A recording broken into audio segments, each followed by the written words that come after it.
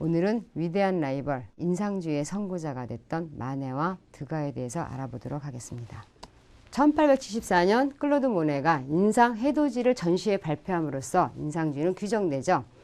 왜 규정되기 시작했냐면 기자가 대충 성의 없게 그렸다 그래서 모네가 그린 이 인상, 이 제목을 보고서 인상주의라고 붙이죠. 하지만 인상주의는 서양 미술사에서 가장 큰 변혁을 이룬 화파로서 19세기 아카데미 회화의 진보함과 천편일적인 주제에 반발해서 당대의 현실을 표현하면서부터 시작됐죠.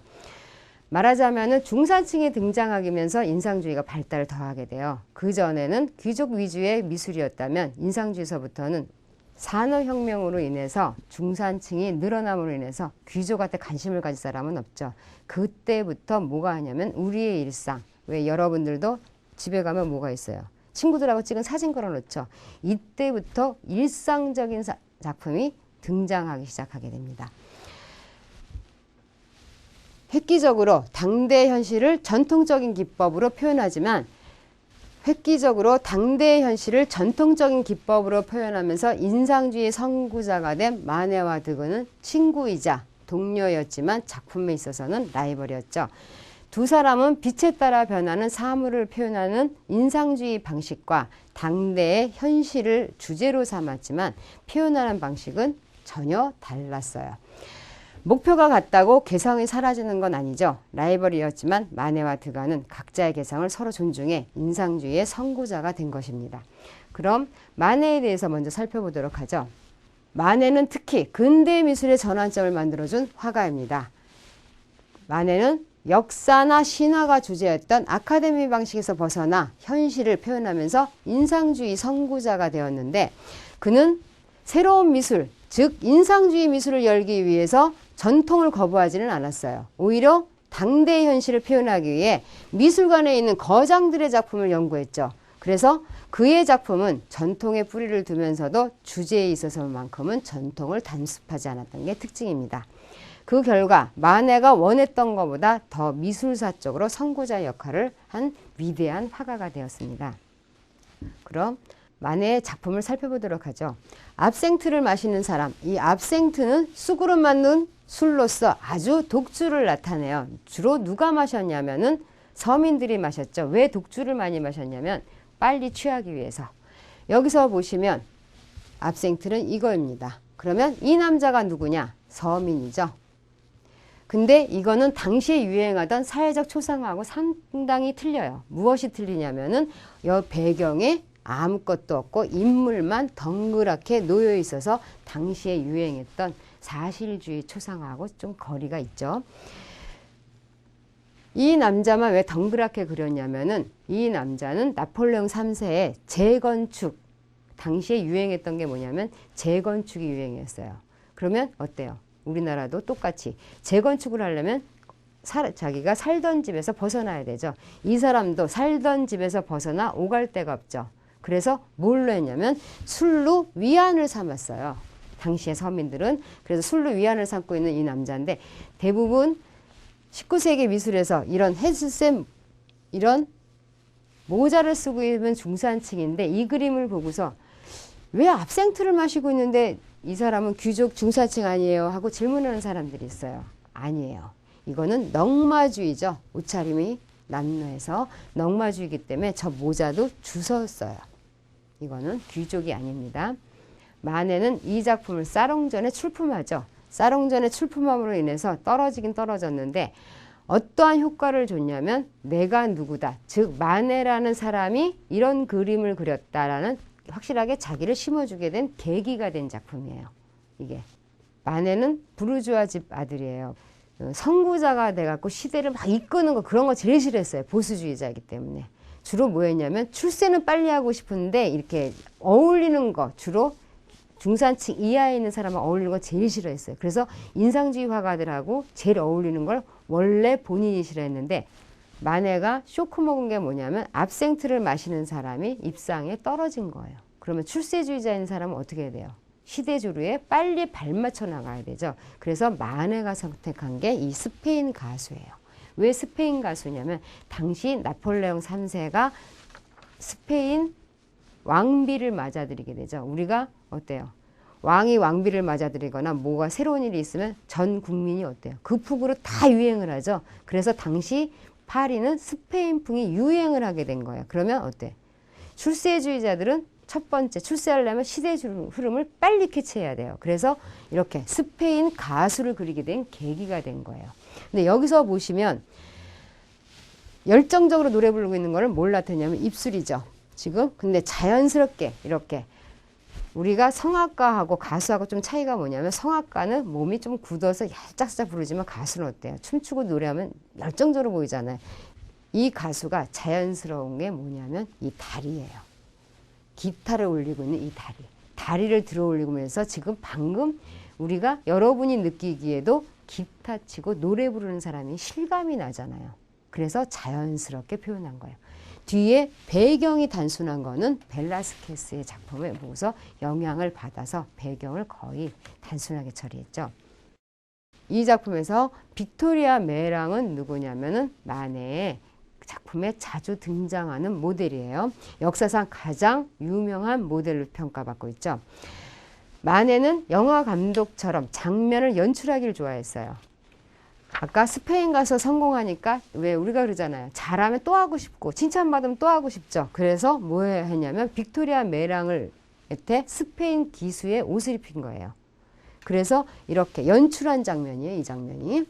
이걸 뭘 나타내냐면 스페인 투의 복장을 하고 있다는 거는 뭘 나타내냐면 이렇게 자유분방한 성격, 관습에 전혀 의식하지 않는 그런 여성상을 나타내요. 풀바디의 점심은 인상주의의 출현을 나타내는 작품이죠. 빅토리아 메랑을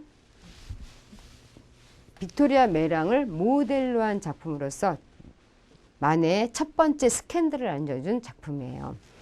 이 작품은 낙선작 전시회에 출품된 작품인데 낙선작 전시회란 건 뭐냐면 이 시기에 살롱전 그러면 잘 모르시는데 살롱전은 우리나라 같으면 미술대전이에요. 미술대전은 뭐냐면 화가들의 등용문을 나타내요. 거기에 출품을 해서 낙선을 했는데 너무 많은 젊은 화가들이 떨어졌어요. 젊은 화가들이 왜 많이 떨어졌냐면 혁신적인 기법이라든가 새로운 기법을 선보였고 심사위원은 그걸 받아들이지 못했죠. 그래서 뭐냐면 젊은 화가들이 굉장히 항의를 많이 하다 보니까 이게 언론을 타게 된 거예요. 언론을 타다 보면 어때요? 나폴레옹 3세가 주의 깊게 보고 나서 낙선작 전시회를 열어라 그래서 한쪽에는 당선작, 한쪽에는 낙선작 전시회를 열었는데 이 작품이 왜 반항을 일으켰냐면 이 누드화 때문에 그래요. 이 누드화. 왜 누드화가 반항을 일으켰냐면 당시에 우리가 시대를 불문하고 가장 사랑받는 건 누드죠. 이쁘잖아요. 여자 누드가. 근데 이 시기엔 어떻게 그려져야 되냐면 여자가 이렇게 장미꽃을 들고 있어야 돼요. 장미꽃은 뭐냐면 비너스를 상징하는 꽃이에요. 아니면 큐피트가 이렇게 있어야 돼요. 여기에. 그래서 화살을 쫙 쏘고 있어야 돼요. 아니면 역사적인 장면, 전투적인 장면 그렇게 있어야 되는데 이 여자 주변에는 아무것도 없죠. 비너스라고 나타나거나 역사의 한 장면이라고 전혀 안 나타나요. 더군다나 이 남자들은 누구냐면 마네의 동생이에요. 근데 이 남자의 옷이 문제가 됐던 게 뭐냐면 이 옷은 뭐냐면 당시 19세기 부르주아의 최신 트렌드 패션이에요. 오늘날 우리나라 같으면 청담동 룩, 즉 강남 스타일이에요. 그러면 이 남자가 강남 스타일 옷을 입었으면 이 여자는 누구냐? 아무것도 없고 아무것도 없으면 이 여자는 곧 매춘부라는 걸 나타내요. 그래서 부르주아의 부도덕한 생활을 그려진 거예요. 이게 왜 부르주아의 부도덕한 생활을 그러냐면 마네의 생활이었기 때문에 그래요. 더군다나 19세기 파리는 매춘부가 엄청나게 많았어요. 그래서 출세는 하고 싶지만 그렇다고 그 답습하는 건 싫다고 그랬죠. 자기가 보이는 현실, 있는 그대로의 현실을 그린다 그래서 이런 작품이 등장하게 된 거예요. 매춘부를 그대로 그린다. 더군다나 여기 보시면 옷을 벗어났죠. 이 벗어놓은 옷 때문에 이 여자가 더 외설적으로 보이는 거예요. 그래서 외설 시비가 붙었고 인상주의 출현을 나타내요. 이 올랭피아 이 작품은 만해의 대표작이자 만해가 20년 동안 고통받게 해준 작품이에요. 왜 고통받게 했냐면 아까 풀바디의 점심 식사는 낙선을 했다면 이 작품은 입상을 하게 돼요. 왜 입상하게 되냐면 나폴레옹 3세가 심사위원들한테 너무 까다롭다고 얘기 딱 한마디 했어요. 그러면 우리가 그러잖아요. 자라보고 놀란 가서 소뚜껑 보고 놀란다고. 왕이 그렇게 얘기하면 어때요? 그 다음에 조심하게 되죠. 뭐든지. 그래서 얼렁 입상을 하게 돼 시켜준 거예요. 이 작품을. 입상을 함으로써 그전에는 떨어진 작품이 야해도 상관이 없지만 사롱전에서 입상했던 건 공인된 상태잖아요. 그래서 이 작품이 더 추문에 휩싸이게 된 계기가 됐는데 여기서 보시면 이 난초. 이 난초는 뭐냐면 여기에 장미꽃을 꽂고 있어야 된다 그랬죠. 장미가 아니라 난초예요. 여자와 성욕과 사치를 뜻해요. 그 다음에 여러분이 알고 있는 이 목걸이 일명 개목걸이라고 그러죠. 그리고 이 슬리퍼. 이 슬리퍼는 뭐냐면 당시 매춘부들의 트렌드 패션이었어요. 매춘부라면 누구든지 저렇게 목걸이, 개목걸이와 슬리퍼를 신고 있었어요. 그러면 이 여자가 우리가 제목을 보지 않아도 이거 꽃, 목걸이, 슬리퍼 요 세 개만 갖고 있어도 이 여자가 누구예요? 당연히 매춘부를 뜻해요. 그 다음에 이 작품에 추문에 휩싸이게 해준 것 또 하나가 뭐냐면 이 고양이에요. 이 고양이는 가만히 보시면 요 꼬리가 올라가 있어요. 이렇게 꼬리가 올라간 건 발기된 남성을 나타내요. 요 밑에 이렇게 보시면 얼룩이 져 있죠. 이렇게 이거는 방문, 즉 중산 측의 방문을 나타내요. 왜냐하면 매춘부를 찾아오는 사람이 누구예요? 중산층의 남자잖아요. 그래서 남자의 방문을 나타내고 여기서 꽃다발은 정숙한 여인을 나타내면서 이 매춘부와 대비되고 있어요. 그리고 이 작품에서 흑인 하녀를 그려놓은 이유는 뭐냐면 이 빛나는 여자의 살결을 돋보이게 해주는 역할을 해요. 예를 들면 우리가 여배우들이 포토라인에 나왔을 때 아니면 영화제 가장 선호하는 드레스 색은 검정색이죠. 그 이유가 뭐냐면 검정색 드레스를 입고 오면 굉장히 섹시해 보이는 효과를 나죠. 왜냐하면 살이 날씬해 보이는 효과. 즉 이 하녀를 그려놓음으로 인해서 이 여자가 날씬해 보이고 더 아름답고 이 빛나는 피부가 돋보이게 보이는 역할을 해줘요. 또 하나 이 작품이 또 추문에 휩싸이게 된 게 뭐냐면 제목이에요. 이 올랭피아라는 제목. 이 올랭피아는 누구냐면 듀마, 춘이라는 소설 아시죠? 우리 그게 원래 번역이 잘못됐는데 원래는 동백꽃 아가씨예요. 원제는 그 춘이에 나오는 여주인공의 친구의 이름이 올랭피아예요. 근데 거기서 어떻게 그려졌냐면 돈만 밝히고 싸가지 없는 매춘부라고 여겨진 거예요. 그래서 이 19세기 매춘부를 뭐라고 불렀냐면 거의 다 올랭피아라고 불렀어요. 이게 왜 그러냐면 듀마의 그 춘이가 연극화돼서 당시에 국민 드라마, 우리나라 같은 국민 드라마 같은 효과가 있어서 파리 시민 거의 다 봤기 때문에 그래서 쟤는 나쁘네. 왜 악인이 있어야 되죠? 드라마에서 악인처럼. 그래서 매춘부에서 가장 싸가지 없는 여자를 뭐라냐면 올랭피아. 그래서 이 작품에서 제목, 소품 이런 걸 다 통틀어서 이 여자는 매춘부예요. 근데 이게 입상했죠. 그러면 공인대 기록에서 매춘부를 우리가 미술관에서 봐야 된다는 거예요. 그러면 우리가 그러잖아요. 야동은 못 보죠. 이런 공시석상에서 예술품은 보지만 혼자 봐야 되잖아요. 매춘부는 혼자 봐야 되는 거죠. 그래서 이 작품이 미술관에 걸려 있었기 때문에 비난을 더 받았던 이유가 거기 있어요. 그래서 이 작품을 훼손하려고 많은 사람들이 난리를 쳐서 경비용까지 뒀을 정도의 작품이에요. 우리가 너무 많이 비난을 받으면 어때요? 나는 아니다. 나는 아닌데 우리가 스캔들 날 때 자기가 본인이 안 그럴 때가 있죠. 그러면 어떻게 돼요? 나는 아니라는 걸 밝혀야 되잖아요. 그래서 뭘 했냐면은 너무 올랭피아가 비난을 받으니까 똑같은 모델이에요. 빅토리아 메랑. 빅토리아 메랑을 모델로 해서 앵무새와 여인이라는 이 작품을 그렸는데 왜 그러냐면 나는 고상한 사람이다. 나는 우아한 사람이다. 스캔들을 불식시키기 위해서. 여기서 보시면 여기 다 막혀 있죠. 참 답답한 옷이죠. 그죠? 답답한 옷은 뭘 나타내냐면 귀부인을 나타내요. 그래서 앵무새는 여인은 아무런 상관이 없지만 마네가 스캔들을 불식시키기 위해서 그려진 작품이에요. 이 작품은. 올랭피아가 비난을 받았을 때 가장 옹호해줬던 사람이 누구냐면 에밀 졸라예요. 에밀 졸라. 에밀 졸라는 마네의 천부적인 재능을 일찍이 알아봐서 신문 기사에 아주 좋게 평을 했어요. 다른 사람이 다 비평을 해도. 그러니까 우리가 그러잖아요. 좋은 말을 하면 어때요? 그 사람이 감사하죠. 감사의 뜻으로 이 초상화, 에밀 졸라의 초상화를 그리게 된 건데 이거는 에밀 졸라의 서재가 아니라 연출한 거예요. 이거는 마네의 작업실이에요. 여기 보시면 이게 올랭피아죠. 이 작품 올랭피아예요. 그래서 옹호했다는 걸 보여주는 거고 이 책은 에밀 졸라의 저서예요. 근데 요 뒤에 있는 일본풍, 요것도 일본풍. 일본풍의 그림이 왜 그려졌냐면 마네에게 가장 영향을 끼친 미술은 우키요예요. 일본 파나. 요 시기에 만국 박람회가 열렸죠. 프랑스 파리에서. 그래서 일본풍 우키요에가 엄청나게 화가들 사이에서 반항을 일으켜요.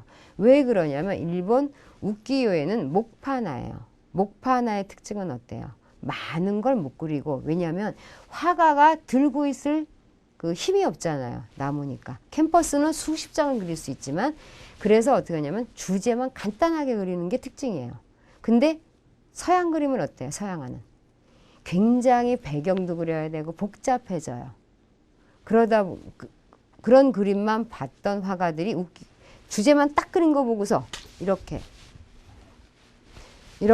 주제만 딱 그린 이 작품을 보면 어때요? 쇼킹하잖아요. 그래서 인상주의 화가한테 가장 영향을 끼친 건 일본 우키요예요. 그래서 이거는 뒤에 있는 이런 일본풍의 그림들은 마네의 그 취향, 자기가 좋아라는 취향을 나타내요.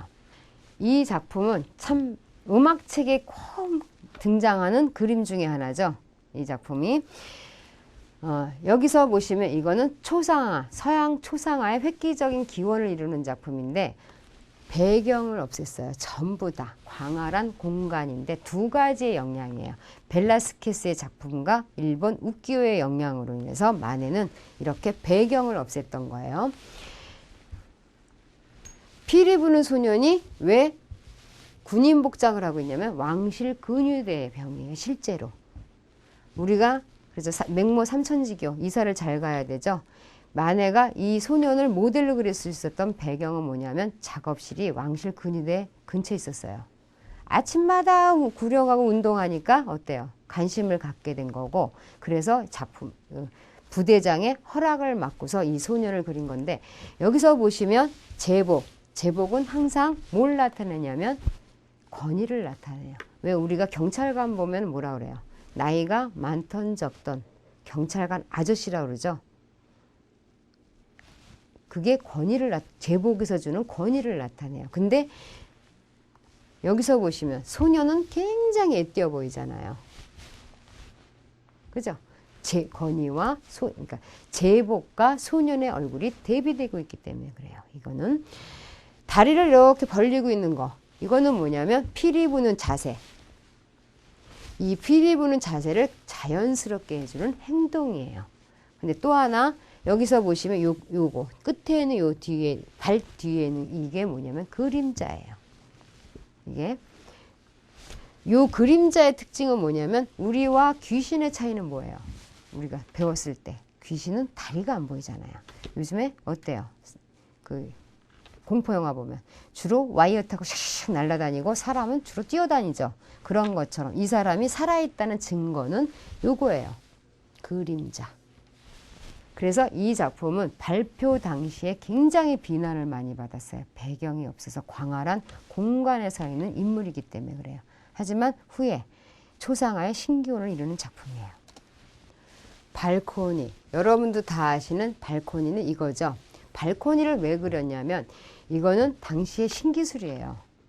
우린 요즘에 아파트 생활하다 보니까 저런 경우, 저런 발코니를 들어온 경우가 상당히 많은데 이 시기에 그 재건축이 들어갔다 그랬죠. 재건축하면서 집을 고치잖아요. 그래서 뭐가 신기술이냐면 이 철제 발코니. 요즘에 우리는 다 알루미늄이나 뭐 이런 거 스텐 이런 걸로 두지만 당시 이 철제 발코니 두는 거는 센세이션한 일이에요.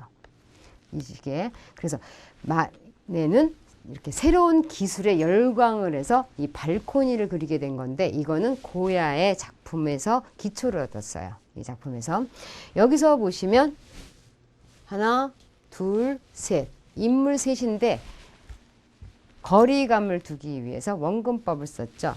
진하고 중간 정도 흐리죠. 근데 또 하나 특징은 뭐냐면 인물들의 시선이 각자 있어요.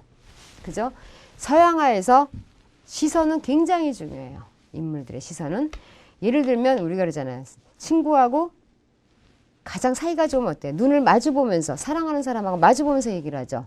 근데 싸움은 어때요? 제일 먼저 시선부터 돌리죠. 그래서 서양화에서는 시선이 가장 중요한 역할을 하는데 여기서 보시면 각자 보고 있는 거, 각자 보고 있는 이거는 뭐냐면 한 공간에서 다른 생각을 하고 있다는 걸 나타내요. 여기서. 이 베르트 모리소는 그 전에 이 발코니에 나왔던 여인이 베르트 모리소예요. 그래서 처음에 등장을 하고 두 번째 베르트 모리소를 그린 작품인데 베르트 모리소는 인상주의 전시에 출품한 최초의 여류화가예요. 이게 베르트 모리소는 인상주의 전시에 출품한 여류화가로서 이 작품을 그리게 된 계기는 뭐냐면 제비꽃. 왜 제비꽃을 그렸냐면 아마 고전 영화 기억하시는 분이 있을 거나 고전 영화를 모으시는 분 중에서 고전 영화를 모으시는 분들 중에서 아마 그런 거 보셨을 거예요. 오드리 헵번 주연의 My Fair Lady라는 영화가 있어요. 옷 하면서 왜 발음 고쳐주는 그런 영화인데 거기서 오드리 헵번이 첫 번째 직업이 뭐냐면 극장에서 꽃 파는 소녀예요. 그래서 19세기에 극장에 남자 여자가 가면은 남자가 꽃을 사서 선물하는 그런 풍습이 있었어요. 그래서 이거는 뭐냐면 제비꽃다발 마네와 베르트 모리소와의 관계를 나타내주죠. 순간적으로 두 사람의 연인 관계였다는 거는 이 제비꽃으로 보여준 거예요. 원래는 그리려고 하지 않았다가 순간적인 충동에 의해서 이렇게 제비꽃을 그렸는데 마네는 또 하나 특징이 뭐냐면 이거예요. 검정색. 그 전에 검정색 사용은 어떻게 했냐면 우리가 어때요? 아마 그림을 그려보신 분들은 아신 게 진하게 하려면 검정색을 섞어 사용하고 좀 밝게 하려면 흰색을 사용하죠. 근데 마네는 검정색을 보조색이 아니라 주제의 색으로 썼죠. 그럼으로 인해서 검정색을 사용함으로 인해서 어때요? 핑크빛 살결이 돋보이는 역할을 해줘요. 그리고 눈 동그랗게 뜬 눈. 이렇게 순진해 보이죠. 이 모자는 여러분이 이런 모자는 보닛이라고 하죠. 어디서 보시냐면 바람과 함께 사라지다 해서 비비안 리가 그렇게 애끼고 목숨처럼 좋아했던 그 모자예요. 저 모자가. 당시 최고급의 패션이에요. 저 패션 모자가. 그래서 검정색을 주조색으로 한 마네의 첫 번째 작품이 이렇게 베스트 모리소를 그린 초상화예요. 기찻길. 뭐에 열광을 했냐면 새로운 기술에 열광했다 그랬죠. 이때 증기기관차가 발명이 돼요. 이게 증기기관차예요. 그래서 증기기관차가 뿜어내는 거를 표현해주기 위해서 이 기찻길이라는 작품을 그렸는데 여기 보시면 이 여인 기찻길에 모델이 된 이 여인은 낯설지 않죠. 이 여인은 아까 풀바디의 점심 식사 올랭피아의 모델이에요. 한때 헤어졌다가 빅토리아 메랑이 화가가 되기 위해서 미국에 갔지만 실패하고서 돌아와서 마지막으로 등장한 작품이 이 작품이에요. 여기서 보시면 증기기관차가 뿜어내는 거를 어린아이, 소녀가 바라보고 있고 이 빅토리아 메랑은 등 돌려서 책을 보고 있죠. 보통 책은 지식도 나타나지만 이런 경우 신기술이죠. 증기기관차는. 신기술인데 애가 팔을 뻗어서 증기관을 바라본다. 서양화에서 팔을 뻗어서 이렇게 하는 동작은 뭐냐면 수용의 자세예요. 근데 여기서 보시면 빅토리아 메랑은 어때요? 등 돌리고 있죠. 그거는 거부라는 얘기야. 즉 예를 들면 핸드폰으로 얘기한다면 이 꼬마의 이 어린 소녀는 스마트폰을 들고 있는 거고 이 여자는 책 보고 있는 건 폴더폰을 들고 있는 거예요. 그래서 이거는 뭘 나타내냐면 기찻길이라는 이미지, 기찻길이라는 것보다는 신구, 신세대와 구세대, 신구 세대 교체를 나타내요. 이거는. 나나는 에밀 졸라의 소설을 보고서 그린 건 아니에요. 이 작품이 나온 1년 후에 소설이 나왔어요. 이게 누구냐면 나나는 에밀 졸라의 목로 주점의 그 주인공의 딸이 나나예요. 매춘부였고 그래서 이 작품은 당시에 굉장히 비난을 받았어요. 다시 한번 매춘부를 그림으로 인해서. 여기서 보시면 이런 옷차림 참 촌스럽죠. 그죠? 레이스나 촌스러운데 당시에 최고급, 최고 야한 속옷이에요. 저 속옷이. 그래서 이 여자가 매춘부를 나타내는 것이고 거울을 보고 립스틱을 바르고 있는 이 자세는 태폐적인 문화를 나타내요. 그리고 여기에서 보시면 남자가 이렇게 모자가 쓰고 있는 이거는 중산층, 즉 상류층이나 중산층을 나타내죠. 근데 이 태폐적인 분위기를 강조하고 있는 건 뭐냐면 이 남자의 시선이 엉덩이에 가 있다는 얘기예요. 그래서 태폐적인 걸 더 강조하고 매춘부라는 걸 더 강조해요. 실제 이 여자 모델은 누구냐면 은퇴한 여배우로서 은퇴한 여배우예요. 은퇴한 여배우로서 실제로도 남자 귀족의 정부로 살았기 때문에 모델로서 가장 적당하다고 생각해서 마네가 이 나네의 모델로 삼은 거예요. 마네는 제일 싫어했던 게 뭐냐면 인상주의 선구자, 인상주의 화가들하고도 어울리면서 인상주의 선구자란 말을 너무너무 싫어했어요. 왜냐하면 당시에 인상주의 화가들은 대부분 가난한 화가들이 상당히 많았어요. 그러다 보니까 자기는 부르주아 출신이다 보니까 가난한 사람하고 어울리는 거 참 싫어하죠. 그래서 어울린다는 말도 싫어하고 다 싫어하고 주로 귀족층의 사람들 그 쭉 보시면 이 전작들을 보시면 뭐냐면 이제까지 본 것들은 귀족들의 삶, 부르주아의 삶들이 상당히 많아요. 뱃놀이 이 작품은 파리 중산층의 일상을 그린 거예요. 이 시기에 아까 증기기관차가 발명됐다 그랬죠. 우리가 어때요? 차를 사면 어때요? 제일 먼저 놀러 가야 되죠. 놀러 가기가 쉽잖아요. 만약에 차가 없으면 어때요? 놀러 가려면 짐 보따리 싸야 되고 배낭 메야 되고 굉장히 복잡해요. 아주 한 줌을 들고 가야 돼요. 근데 차가 있으면 휙 오늘 가고 내일 가고 하죠.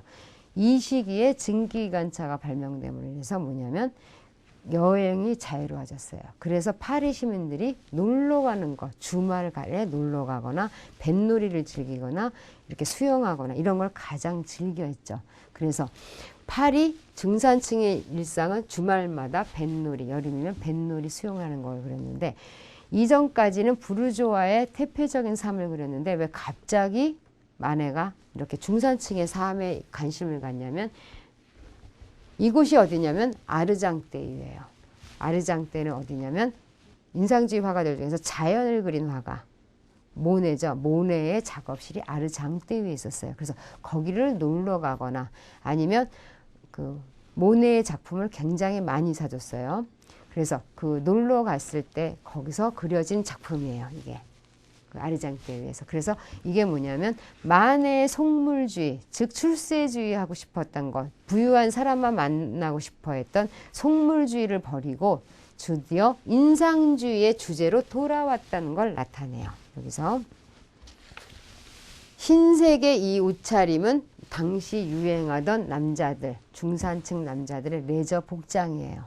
근데 여자는 거기에 어울리지 않죠. 불안에 떨고 있죠, 지금. 이거는 그 도시 생활을 좋아하는 여자를 나타내요.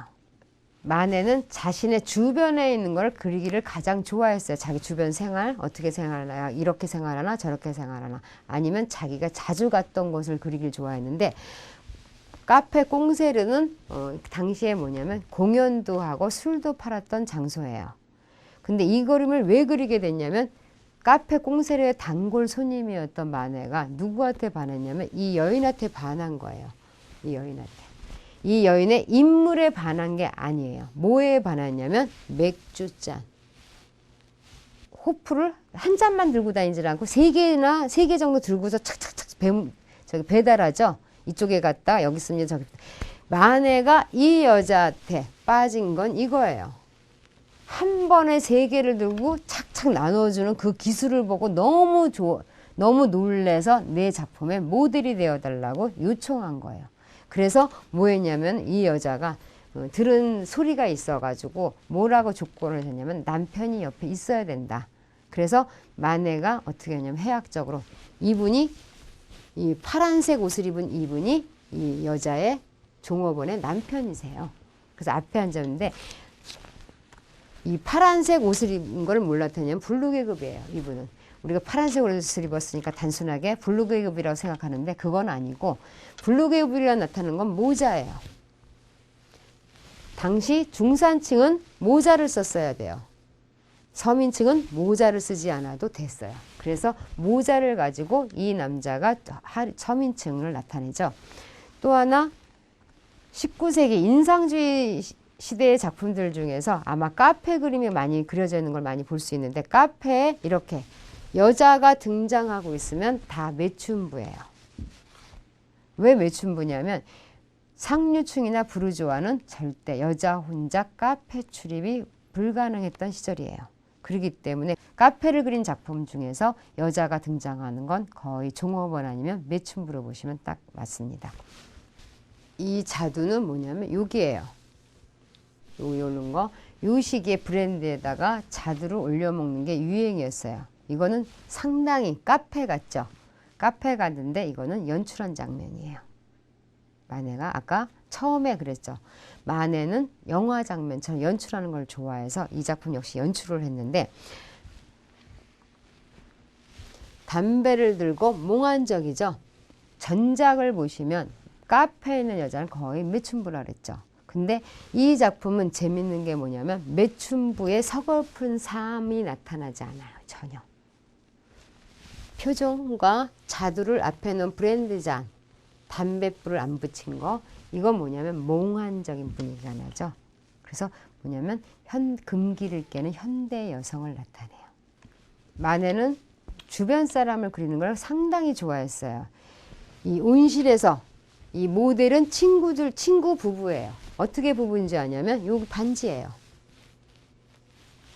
반지 낀 손이 서로 마주보고 있죠. 부부라는 걸 나타내요. 근데 이 여자의 스커트는 참 이쁘게 의자에 착 펼쳐져 있죠. 왜 그러냐면 이 남자가 의상실을 경영하는 남자고 이 아내는 옷을 상당히 잘 입는 세련된 여자예요. 그래서 세련된 여자라는 걸 보여주기 위해서 이렇게 옷 주름을 살짝 늘어지게 보여주고 있죠. 근데 이 작품은 비난을 받은 작품 중에 하나인데 왜 비난을 받았냐면은 이거예요. 남자의 눈과 여자의 눈이 시선이 마주보고 있질 않죠. 이렇게 따로 놀고 있죠. 부부는 어때요? 사랑했기 때문에 눈을 마주보고 있어야 돼요. 이 작품에서 보면은 시선이 서로 외면하고 있죠. 그래서 불협화한 부부를 나타내요. 그래서 부도덕한 부부를 나타냈다 그래서 이 작품은 비난받게 돼요. 마네는 말년에 사회적으로 인정을 받았어요. 일찍 인정을 못 받았어요. 워낙 그 올랭피아와 풀바디의 점심 식사에 스캔들이 컸기 때문에 인정받기는 굉장히 힘들었어요. 우리가 왜 그러잖아요. 올라가기는 쉬운데 추락하면 그거를 회복하는 시간이 두 배, 회복하려면 2배의 시간이 필요해요. 스캔들이 워낙 컸기 때문에 마네는 인정받기가 굉장히 많이 힘들었어요. 특히나 주로 매춘부를 그렸기 때문에. 그리고 마네는 의 작품의 특징은 뭐냐면 초상화적 기법이에요. 인물 위주인데 항상 멈춰 있거나 인물의 그 행동보다는 표정을 중요시했어요. 그래서 초상화적 기법을 많이 사용했죠. 그게 마네의 작품의 특징이에요. 그럼 드가에 대해서 알아보도록 하죠. 드가는 인상주의 화가들 중에서도 고독, 소외, 그리고 대중적인 즐거움을 표현해서 인상주의의 선구자가 되었죠. 특히 그는 자연스러운 빛의 효과를 관심 기르기보다는 일시적으로 보여지고 사라지는 현장감을 표현해 당대 생활을 탁월하게 그리는 화가로 꼽히고 있죠. 특히 사진을 좋아했어요. 우리가. 드가가 가장 좋아하는 건 사진이에요. 사진은 어때요? 순간포착이죠. 그래서 순간포착, 현장감, 그걸 가장 많이 그렸던 화가예요. 드가는 예술의 재능을 보이자 아버지의 후원 덕분에 그림을 공부하게 돼요. 그래서 이제 그 부잣집 아들이다 보니까 부르주아 집 아들, 부잣집 아들이다 보니까 여행을 가게 돼요. 그래서 본고장 이탈리아를 찾아가서 이탈리아 본고장에 있는 그림을 보고서 삑 보고 자기가 탐구해서 그려진 작품이 로마의 거지 여인이에요. 이 작품은 로마 여행 당시 제작한 것으로 친구의 조언을 듣고서 일상생활에 이제 그려지기 시작한 건데, 여기서 보시면 이렇게 지팡이를 꼭 쥔 손과 앞을 뚫어지게 바라보는 이 시선, 왜 그럴 것 같아요? 빵이에요. 누가 훔쳐갈까 봐 그러죠. 그리고 이 빵이 반쪽 남아있는 이유는 뭐냐면 저축이에요. 거지라고 해서 매일 막 다 먹어치우는 건 아니에요. 거지도 저축해요. 항상. 그래서 이 작품에서 반쪽 남은 거, 요거 이빨 자국 그대로 있는 이 반쪽 남은 빵은 뭐냐면 이 거지 여인의 내일 식사예요. 우리가 어때요? 저축해 놓은 거 훔쳐갈까 봐 걱정되잖아요. 항상 두렵죠. 이 거지 여인이 가장 부자인 순간이에요. 그래서 어때요? 눈 시선을 집중하고 있고 이렇게 지팡이를 꽉 쥐고 있는 거예요. 자기 재산을 지키기 위해서 그런 거예요. 이탈리아를 여행하면서 고모한테 초청을 받아서 그려진 작품인데, 발레리 가족, 이 작품은 가족 초상화의 신기원을 이루는 작품이에요. 뭐가 초상화의 신기원을 이루냐면, 서양화에서 가장 중요한 건 시선이라 그랬죠. 남편의 시선은 여기 있고 아내의 시선은 저 멀리 향하고 있어요. 그러면 어때요? 부부가 사이가 좋지 않다는 걸 나타내죠. 우리가 가족 초상화는 어떠냐면 어때요? 집에 가족 사진 걸려놓는 것. 다 행복해서 웃고 있는 사진만 집에다 걸어요. 싸움하고 있는 사진은 안 걸어요. 그죠? 그 이유는 뭐냐면 남이 왔을 때 우리 부부가, 우리 집이 불행하다는 걸 보여주기 싫어서 그래요. 근데 여기서 보시면 어때요? 시선이 틀리죠. 이거는 싸움박질하고 있는 거, 싸움하고 있는 거, 부부 사이가 안 좋은 부부를 나타내요. 사이가 안 좋은 부부. 그거가 이제까지는 행복한 부부만 그렸다면은 드가는 드디어 불행한 부부를 그린 거예요. 그래서 가족 초상화의 신기원을 이루는 작품이에요. 여기서 보시면 이 딸, 얼굴은 아빠 태가 있고 발은 어때요? 엄마 태가 있어요. 이건 뭐냐면 중재자.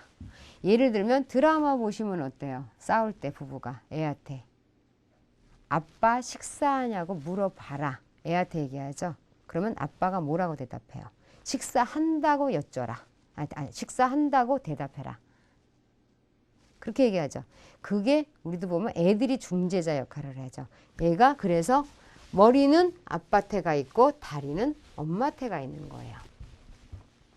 또 하나 여기서 보시면 큰애의 표정은 뭘 나타내냐면 가족에 무관심하다는 애의 심리를 나타내요.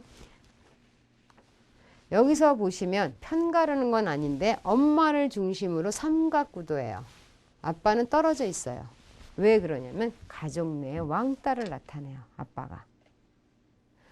손잡고 있어 연결되어 있는데 왕따를 나타내기 위해서 이렇게 분리돼서 독립된 형태로만 나타나는 거예요.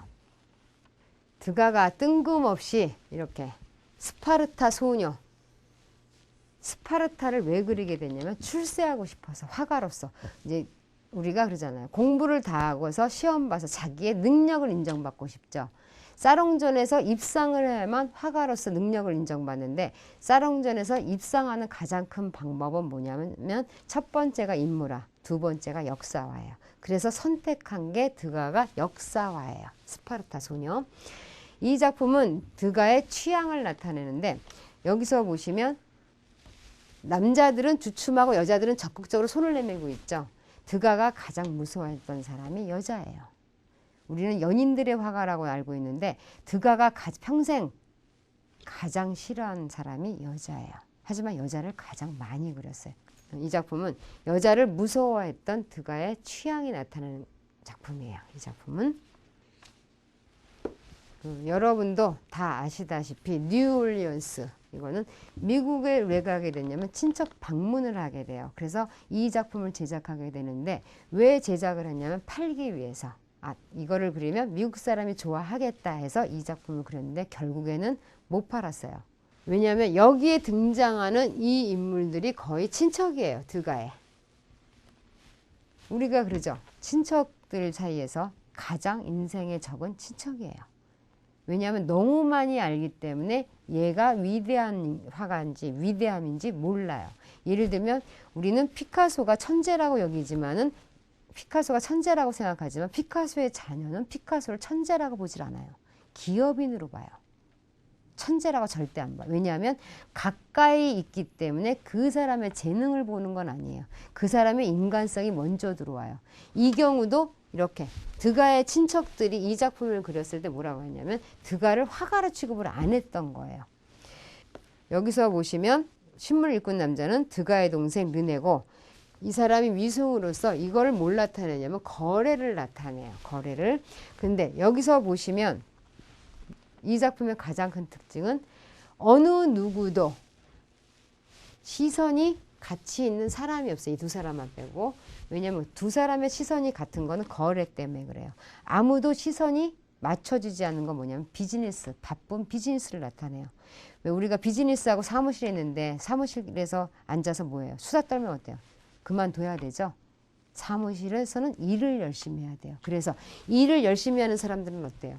마주보고 시선을 맞추지를 않는 거예요. 그래서 전형적인 비즈니스 사무실을 나타내요. 이 작품은. 드가는 사롱젠의 입상에서 입상을 하겠다는 생각을 버려요. 왜냐하면 스파르타 소녀라던가 역사적인 주제를 갖고 그렸는데 다 비난을 받았어요. 우리가 그러죠. 비난을 너무 받거나 떨어지게 되면 자격지심이 생기거나 자신감이 없어지죠. 그래서 드가가 선택한 게 뭐냐면 당대의 주제예요. 당대 주제에 왜 눈을 돌리게 됐냐면 마네의 영향 때문에 그래요. 마네는 부르주아 일상을 그렸죠. 그래서 그때 드가가 생각한 게 뭐냐면 부르주아의 일상, 찰나적인, 근데 찰나적인 거 좋아한다 그랬죠. 여기 보시면 여기도 부부예요. 시선이 따로가 있죠. 좋지 않은 분위기. 사이가 안 좋은 부부를 나타내요. 인물들 뒤에 왜 경마 그림을 놓아놨냐면 우리가 그러잖아요. 싸움하면 어때요? 머릿속이 굉장히 복잡하죠. 싸움하는데 머리가 평온한 사람은 없어요. 두 사람의 복잡하고 머리를 나타내요. 머릿속을 나타내요. 여기서 보시면 이 사무실이 어디냐면 은행이에요. 손님도 없는데 은행인 걸 어떻게 나타내냐면 이거예요. 19세기 은행은 어떻게 했냐면 은행원이에요. 이 창구 문이 열리면 손님이 와서 돈을 내미는 거예요. 그래서 이 좋지 않는 분위기에 나오는 인물은 은행원 부부예요. 이 압생트를 마시는 사람, 카페를 그린 드가의 작품 중에서 가장 걸작에 속하는 작품이에요. 이 작품은. 이거는 연출된 장면이에요. 왜 연출을 했냐면 여기서 보시면 압생트.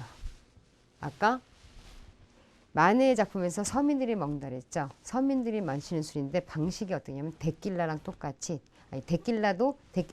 데킬라는 여기 소금을 타죠. 압생트는 물에 희석해서 먹는 거예요. 그래서 꼭 물병이 옆에 있어야 돼요. 너무 독주라서. 이 여인은 누구냐면 아까 마네의 작품에 자두라는 작품에 나왔던 주인공이에요. 똑같은 동일인 인물인데 거기는 매춘부가 아니라 화사한 근대 여성으로 표현했다면 이 작품에서는 절망에 빠진 매춘부예요. 이 남자는 드가의 친구예요. 실제 친구이자 화가, 몰락한 집안의 화가이자 그림밀, 그러니까 예술성도 인정 못 받았어요. 그래서 뭐였냐면 주로 술을 마셨죠. 여기서 보면 코가 빨갛잖아요. 전형적인 수주정뱅이를 나타내요. 근데 우리가 가난한 사람의 특징은 뭐예요? 항상 외롭고 고독하고 자기가 항상 막혀 있다고 생각하죠. 그래서 드가가 생각한 게 뭐냐면 이렇게 탁자를 앞에다 가로막은 거예요. 답답한 거. 그리고 여기서 보시면 구석에 인물들이 몰려져 있죠. 우리가 구석에 몰려있는 건 뭐냐면 소외감을 나타내요. 그래서 압생트를 마시는 사람이라는 걸 강조하죠. 서민이라는 걸 강조해요. 뒤에 카페 뒤에 있는 게 이게 거울이에요. 거울인데 밖에 풍경이 보이지 않고 커튼만 탁 막혀 있죠. 우리가 바닷가에 전망 좋은 바닷가에를 전망 좋은 카페에서 바다를 탁 보면 어때요? 아우 시원해 이러죠. 거기 커튼을 탁 쳐놔봐요. 아우 답답해 그러죠. 가난한 사람들이죠. 이 작품의 주인공들은 어때요? 답답해요 인생이. 그러면 다 가로막혀 있고 보이지가 않고 이래야 되는 거예요. 그래서 압생트, 이 압생트를 마시는 사람을 설명하고 있는 작품이에요. 드가는 파리지앵이었죠. 오페라 극장에 뭘 갖고 있냐면 전용 좌석을 갖고 있을 정도로 굉장히 음악의 조예가 깊었어요. 그래서 자기 친구 이 바순 요 사람을 이 바순을 불고 있는 친구의 초상화를 그리기 위해서 제작했는데 하다 보니까 작품이 커지게 된 거예요. 그래서 음악가들을 그렸는데 실제 음악가는 이 사람 한 사람밖에 없어요. 나머지 사람들은 누구냐면 드가의 친구들로서 옷을 입히고 연출한 거예요. 그래서 각자 독립되게 그린 다음에 한 화면에 담은 거죠. 오늘날 같으면 포토샵이라고 그래요. 여기서 보시면 무용수들의 옷들이 굉장히 화려하죠. 화려한데 얼굴이 없어요. 잘렸죠. 드가가 왜 얼굴을 잘랐냐면 무용수의 얼굴까지 다 보이면 어때요? 우리의 시선이. 화려한 무대만 보이는 거예요. 여기 있는 사람이 보이지가 않아요. 그래서 이 작품에서 오케스트라를 강조하기 위해서는 무용수가 빛이 나면 안 되죠. 그래서 얼굴을 안 보여주는데 무대 밑이란 걸 또 보여줘야 되잖아요. 이 오케스트라만 가득 채우면 어때요? 이 사람이 어디서 연주하는지 모르죠. 그래서 이렇게 무대를 그래서 보여주는 거예요. 드가 하면 빼놓을 수 없는 게 경마예요. 왜 경마냐면 나폴레옹 3세가 많은 것 중에 재건축도 하고 많은 것도 하는 것 중에 뭐 했냐면 영국에서 경마를 들여와요. 그래서 당시 파리 시민들은 주말마다 놀러 안 가고 근교로 놀러 가지 않은 인물들은 다 어디로 갔냐면 경마장을 뛰쳐갔어요. 그래서 경마를 다 봐야 돼요. 사교 모임이었기 때문에. 그래서 여기 보시면 이 집 부부 이 가족도 경마 당시의 유행이니까 어쩔 수 없이 경마장에 온 거예요. 지금 여기 경마를 하고 있죠. 이게 경마예요. 경마를 하는데 재밌는 게 뭐냐면 남편과 아내와 가족 모두 어때요? 경마를 이렇게 보는 사람이 아무도 없어요. 관심은 없지만 사회가 경마장에 가야 된다고 하니까 그 분위기에 휩쓸려서 경마를 보러 온 것뿐이에요. 그래서 드가가 해학적으로 표현하기 위해서 어땠냐면 이 개예요. 해학적으로 표현하기 위해서 왜냐? 이 개만 유일하게 경마를 보는 거예요. 이거는.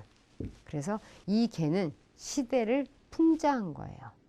경마에 관심이 없지만 가야 되는 사회적 분위기, 그 중산층의 일상을 풀어주는 건 이 개예요. 드가 하면 빼놓을 수 없는 게 발레리나 그림이죠. 그래서 여인들의 화가라고 그렇게 얘기를 해요. 발레리나를 그린 중에서 최고의 걸작이 이 무대 위의 무용수 이 작품이죠. 어느 카페나 가나 자주 볼 수 있는 그림 중에 하나인데 얼굴을 이렇게 왜 그렸냐면 요거는 위에서 아래를 내려다보는 시점이에요. 드가는 드가는 오페라 극장에 전용 좌석을 갖고 있었는데 2층이에요. 그래서 2층에서 무용수를 내려다보는 그 순간이에요. 이 무용수는 사실적으로 그려진 데 비해서 이 주변 배경은 어때요? 단순하죠? 그건 뭐냐면 드가는 사진을 좋아했어요. 사진의 효과 중에 하나가 주민 효과예요. 우리가 자기 친구나 애인, 가족만 사진 찍으면 딱 그 사람만 보이죠? 그래서 어떤 효과냐면 여기서 보시면 주변을 단순하게 처리하고 거칠게 처리하니까 이 무용수만 돋보이는 역할을 해줘요. 이게 뒤에서 기다리고 있는 이 다른 무용수는 보이질 않죠. 근데 특이한 것 중에 하나가 무용수들하고 틀리게 이 정장 차림의 남자예요. 이 작품에서 이 정장 차림의 남자는 이 무대 위에 올라올 수가 없죠. 왜 올라왔냐면 이 시기에는 가능했었어요. 수석 무용수의 스폰서였기 때문에 이 남자가 올라올 수 있었던 거예요. 당시에는 부르주아층들이나 중산층 여자들은 이런 옷차림, 다리를 내놓고 팔을 내놓는 이런 옷차림의 옷을 못 입었어요. 다 앞에서 밑에까지 다 꽉 막힌 옷만 입었던 시절이에요. 그러면 이렇게 팔다리를 내놓고 입을 수 있는 사람은 딱 한 계층, 노동자 계층의 소녀만 저렇게 입을 수가 있어요. 그리고 지금의 공연, 이 당시에 발레 공연을 지금의 공연처럼 생각하시면 안 돼요. 이 오페라 극장, 19세기 오페라 극장은 어떻게 생겼냐면은 관중석에 불을 꺼놓는 게 아니라 관중석하고 무대하고 불이 동시에 켜졌어요. 무용수가 어때요? 노동자 계층이기 때문에 상류층이 이 노동자 계층의 소녀를 볼 필요가 없다고 생각했어요. 예술가로 취급을 못 받았던 시기예요. 누가 중요했냐면 우리가 알고 있는 오페라 그라스, 이거를 들고서 이 무용수를 바라보는 게 아니라 앞에 있는 앞집의 귀족을 바라보는 거예요. 저분이 무슨 옷을 입고 왔나, 저분이 무슨 보석을 했나, 그게 더 중요했던 시기예요. 그리고 아무도 이 무용하는 거에 관심을 끌진 않았지만 왜 이 발레 공연이 인기가 있냐면 요즘에 말하자면 리오쇼예요. 공개적으로 여자가 이렇게 팔다리를 내놓고 있는 이런 옷차림을 하고 있는 옷을 입었기 때문에 그래요. 그래서 굉장히 인기를 끌었던 공연 중에 하나예요. 드가는 발레리나의 이쁜 모습만 그린 게 아니라 발레리나가 힘들어하는 거, 시험 보고 긴장하는 거 가리지 않고 발레 관련된 거는 다 그렸어요. 이분은 당시에 유명했던 줄페로 선생님이에요. 요 막대기는 뭐냐면 박자를 맞추는 막대기예요. 요때 이 노동자 계층의 소녀들은 발레리나가 왜 되고 있냐면 수석 발레리나가 되면은 집안이 노동으로부터 해방됐어요. 요즘에 연예인이에요. 연예인이 뜨면 어때요? 톱스타가 되면 온 가족이 다 잘 살잖아요. 뭐 빌딩을 사고 모두 산 그런 형식으로 발레리나가 되면 집안이 식구들이 아무도 노동을 안 해요. 그래서 자기의 온 힘을 다해서 발레리나가 됐는데 6살 때부터 하루에 12시간에서 15시간을 연습을 해요. 그 당시에 발레리나 소녀들은 오페라 극장에서 월급을 받았고, 그래서 이 소녀들은 뭐였냐면 시험을 중간중간 보면서 그러니까 중간중간 보면서 실력이 없으면 떨쳐져 나왔어요. 그래서 뭐였냐면 떨어져 나온 오페라 극장에서 나온 소녀들은 술집 카페에서 공연을 한 거고, 실력이 있는 애들은 오페라 극장에서 공연을 한 거예요. 지금 여기 보시면 이 앞에 있는 애들, 요 앞에 있는 이 소녀는 지금 시험 보고 있죠. 선생님한테. 근데 얘 등 긁고 있죠. 여기 있는 애 딴짓해요. 이거는 뭘 나타내냐면 우리가 그러잖아요. 실기시험 보거나 무슨 시험 볼 때 모든 애가 집중하는 건 아니죠. 시험 보는 애만 집중을 해요. 이거는 전형적인 수업 듣는 소녀를 나타내요. 페르낭도 서커스는 1875년 파리 프로도 광장에서 공연을 시작한 서커스 단이에요. 이 시기에 이 페르낭도 서커스단을 많이 그렸어요. 쉐라, 르누아르, 드가 다 한 작품씩 그렸는데 재밌는 게 뭐냐면 다 자기만의 똑같은 서커스를 봐도 자기만의 방식으로 그렸어요. 르누아르가 그린 서커스 소녀는 르누아르는 어때요? 행복한 소녀라 그랬죠. 그래서 굉장히 이쁘장하게 그렸다면 드가는 어때요? 움직이는 거에 관심이 많다 그랬죠. 지금 입에 철심을 물고 여자가 돌고 있는 거예요. 순간 포착한 거예요. 자기가 좋아라 하는 것만 봤다는 얘기예요. 여기서 드가는 서커스의 화려한 색채나 분위기에 관심을 전혀 안 가졌어요. 곡에서 라라양의 이거 지금 움직이는 이 모습에만 관심을 가진 거예요. 그래서 다른 부분은 다 생략한 거예요. 여기서. 요 천막의 형태는 빨려 들어가는 움직이는 이 소녀를 다시 한번 강조해 주는 역할을 하죠. 천막의 형태는. 그래서 일부러 우리가 스냅 사진 찍을 때 이 라라 양이 움직이는 걸 강조하기 위해서 이 부분만 천장이 나오게끔 사진을 찍었다고 보시면 됩니다. 천장이 나오게끔 사진을 찍은 거예요. 개의 노래. 왜 개의 노래냐면 이 가수의 손 동작을 보세요. 개같이 생긴 거 있죠. 이거는 이 가수는 유명한 엠마 발라동이에요. 드가는 엠마 발라동의 노래를 좋아해서 카페에 공연장을 많이 찾았어요. 근데 왜 이 개 같은 동작, 개의 노래를 그렸냐면 이 엠마 발라동의 노래 중에서 예를 들면 이런 거예요. 우리가 강아지는 멍멍멍, 고양이는 야옹야옹 이런 동요가 있죠.